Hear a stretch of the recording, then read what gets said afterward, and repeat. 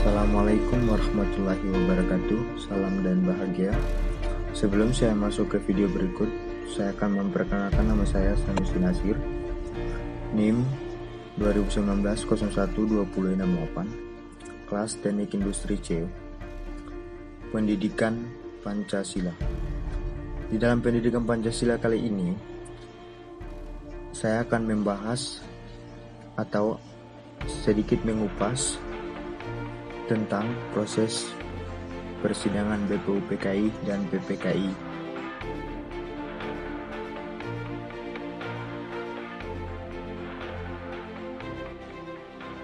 Kekalahan Jepang semakin terlihat pada saat Perang Dunia Kedua. Sejarah pembentukan BPUPKI dan PPKI. Yang pertama adalah BPUPKI, Badan Penyelidik Usaha Persiapan Kemerdekaan Indonesia, atau dalam bahasa Jepang disebut Dokuritsu Jumbi Kyosakai. Waktu dibentuk BPUPKI itu adalah karena terdesaknya Jepang dalam Perang Dunia Kedua pada akhir September 1944. Karena terdesak tersebut, pemerintah Jepang memberikan janji kepada bangsa Indonesia, dan itu disampaikan oleh Perdana Menteri Koiso. Tujuan Jepang memberikan janji kemerdekaan kepada bangsa Indonesia adalah untuk menarik simpati agar tidak melawan Jepang serta membantu Jepang dalam Perang Dunia Kedua.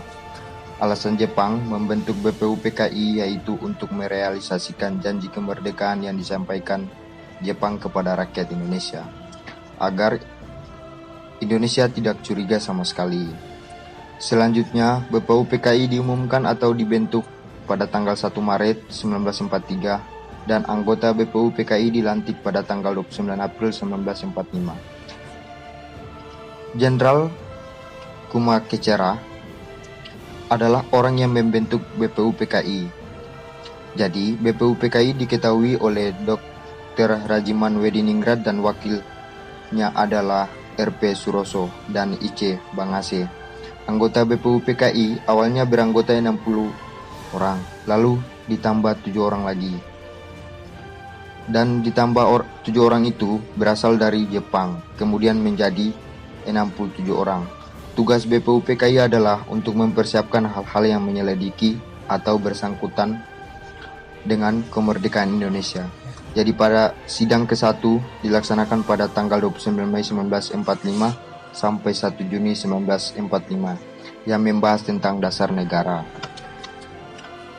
Jadi ada 3 tokoh yang mengemukakan dasar-dasar negara, yaitu Muhammad Yamin, M.R. Supomo, dan Insinyur Soekarno.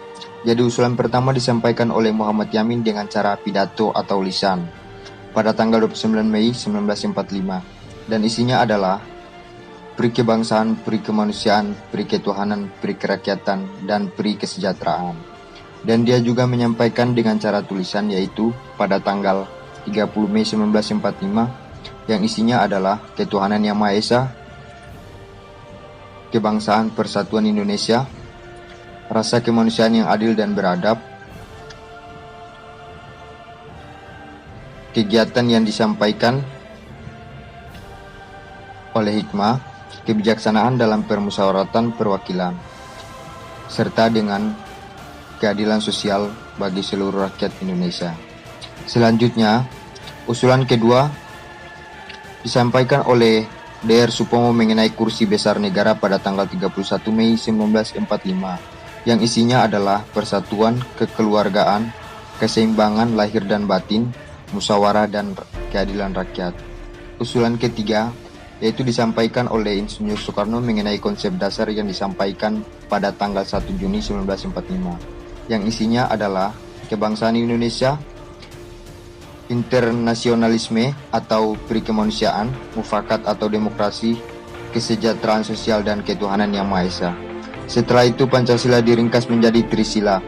Maksud dari Trisila itu, teman-teman, adalah sosionalisme, sosiodemokrasi, dan ketuhanan berkebudayaan. Dan diringkas lagi menjadi Ekasila yang artinya gotong royong. Nah, di sini karena tidak tercapainya kata mufakat konsep siapa yang akan nanti dipakai menjadi dasar negara, BPUPKI sehingga menjadi panitia 9. Nah, di dalam panitia 9 yang beranggota 9 orang yang diketahui oleh Insinyur Soekarno dan wakilnya Muhammad Hatta. Dan anggota-anggotanya adalah Muhammad Yamin, H. Agus Salim, Wahid Hasim, Kahar Mujakir, M.R.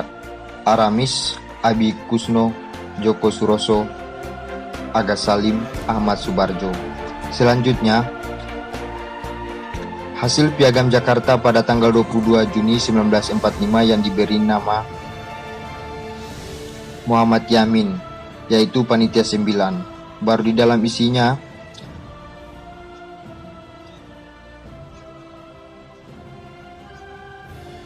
Piagam Jakarta dijadikan sebagai pembukaan Undang-Undang 1945 yang isinya belum direvisi, yaitu ketuhanan yang Maha Esa yang dimaksud menjalankan syariat Islam bagi pemeluk-pemeluknya, kemanusiaan yang adil dan beradab, persatuan Indonesia, kerakyatan yang dipimpin oleh hikmah, kebijaksanaan dalam permusyawaratan perwakilan. Karena ada komplain dari rakyat timur dan beberapa rekannya, mereka berdiskusi untuk menggantikan sila pertama dalam sidang Piagam Jakarta. Setelah direvisi dan isinya ketuhanan yang Maha Esa, kemanusiaan yang adil dan beradab, persatuan Indonesia, kerakyatan yang dipimpin oleh hikmah, kebijaksanaan dalam permusyawaratan perwakilan, dan keadilan sosial bagi seluruh rakyat Indonesia. Perumusan Undang-Undang Dasar Indonesia yang dirumuskan oleh BPU PKI yang dilaksanakan pada sidang kedua BPU PKI pada tanggal 17 Juli 1945. Dalam membahas undang-undang, BPU PKI membentuk panitia perancang undang-undang yang menyetujui isi Piagam Jakarta sebagai pembukaan undang-undang yang diketahui oleh Insinyur Soekarno. Lalu panitia perancang undang-undang membentuk panitia kecil atau dibentuk panitia kecil perancang undang-undang yang diketahui oleh Supomo anggotanya. Anggotanya yaitu Ahmad Subarjo, Agus Salim, dan Sukiman. Dan ada juga pembentuk panitia penghalus bahasa yang anggotanya adalah Supomo, Hussein Jajadingrat, dan Agus Salim. Karena tugas BPU PKI telah selesai, maka dibentuk PPKI yaitu pada tanggal 7 Agustus 1945 seiring dengan pembubaran BPU PKI. Selanjutnya PPKI atau yang dijuluki Dokurucu Jobi Inkai yang beranggotakan pada awalnya 20 orang, kemudian ditambah lagi 7 orang Indonesia, sehingga menjadi 27. Itu alasannya kenapa? Adalah untuk membuktikan bahwa PPKI telah lepas campur tangan dengan Jepang. Orang yang mendirikan PPKI adalah Jenderal Traichil. Jadi PPKI diketahui oleh Insinyur Soekarno dan wakilnya Dr. Muhammad Hatta. Tugas PPKI adalah akan mewujudkan atau akan menyelesaikan masalah BPU PKI dan persiapan perangkat negara yang mau merdeka. Jadi pada tanggal 9 Agustus 1945, Jenderal Terauchi memanggil Insinyur Soekarno, Dr. Muhammad Hatta, dan Rajiman Widyaningrat ke dalam Vietnam untuk melantik secara simbolisme anggota PPKI. Pada tanggal 18 Agustus 1945, PPKI melaksanakan sidang pertamanya.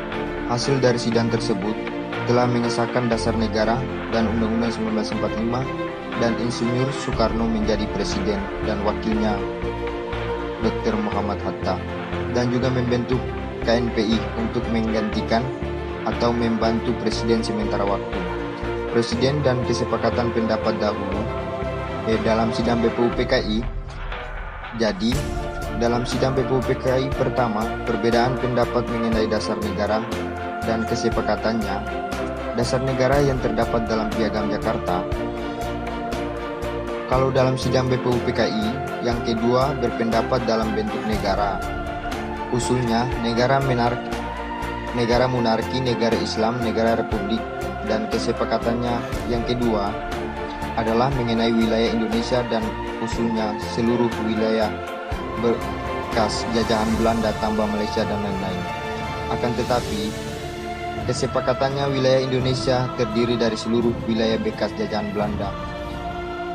Yang kedua adalah perbedaan pendapat dan kesepakatan dalam sidang PPKI. Jadi, dalam sidang pertama membahas dasar negara dan kesepakatannya diubah menjadi ketuhanan yang Maha Esa serta syariat menjadi presiden dan serta syarat menjadi presiden harus beragama Islam, dan kesepakatan adalah syaratnya warga negara Indonesia.